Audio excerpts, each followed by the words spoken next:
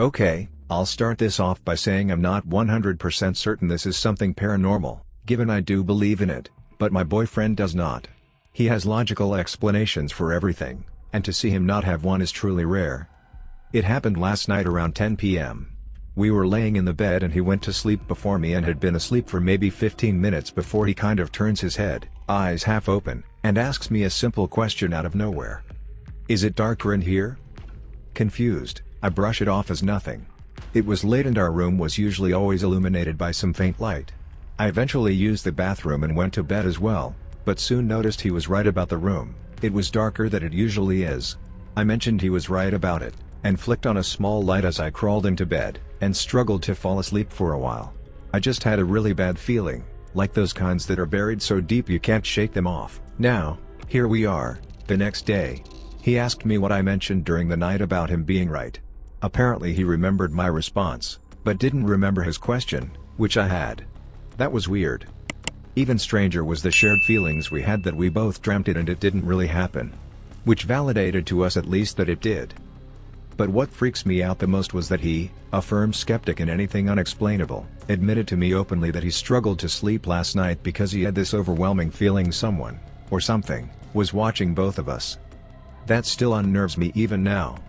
Explainable or not, it was the only thing confusing and frightening we had both experienced.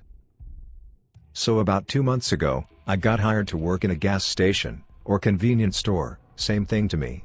Not a hard job, but the challenge was being open 24 hours. I worked the night shift, often alone, starting around 10 p.m. and leaving shortly after 6 a.m. At night I met a very wide range of people, passing through our regular customers. Now, don't get me wrong, it's a big gas station, and we do have food that we make in the small back kitchen, if it isn't already made and packaged to be put out, which it usually was.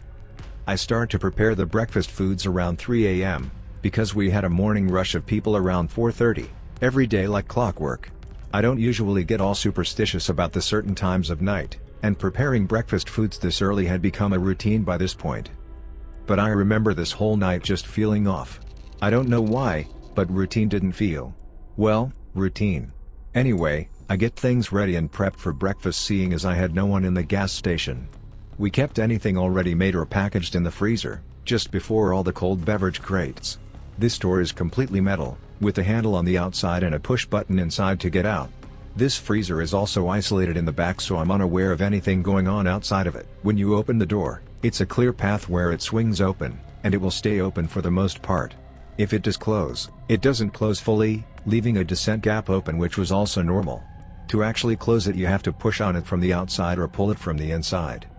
So, I'm in this freezer getting what I need, and I see the door move slightly.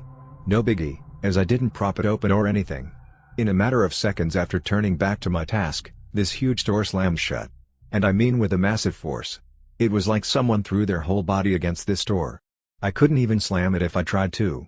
I didn't have time to process the fact I jumped so badly I dropped all the food before I swung open the door and ran out to the open station.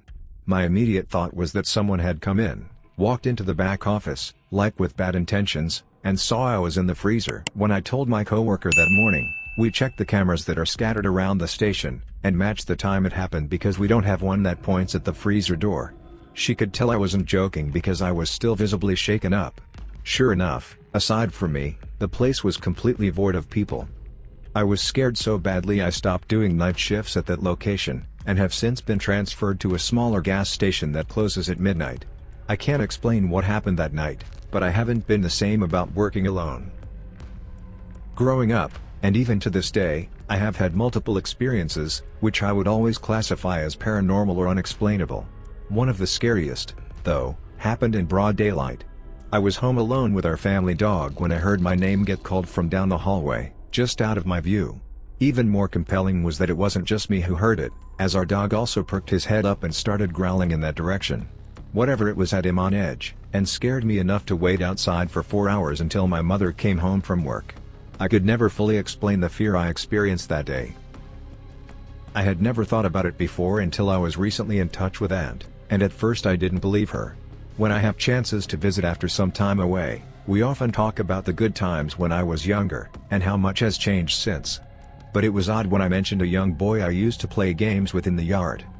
I had always believed he was the neighbor's kid, and seeing that my aunt never had an issue with us playing, I kept on. We played together all the time, during birthday parties or family events. And still, no one seemed to pay him any attention, or looked at me strangely when I mentioned.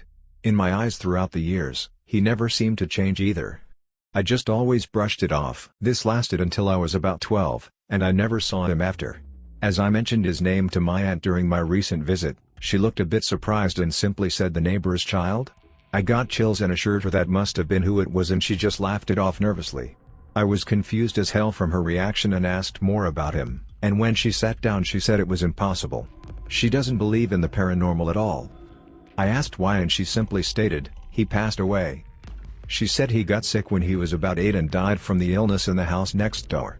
The family was devastated and moved out a few months after, leaving the house up for sale. No one has lived there since, but the most chilling part was her mentioning that he passed away 4 years before I was even born. It shook me to my core, honestly. I still get goosebumps thinking about it.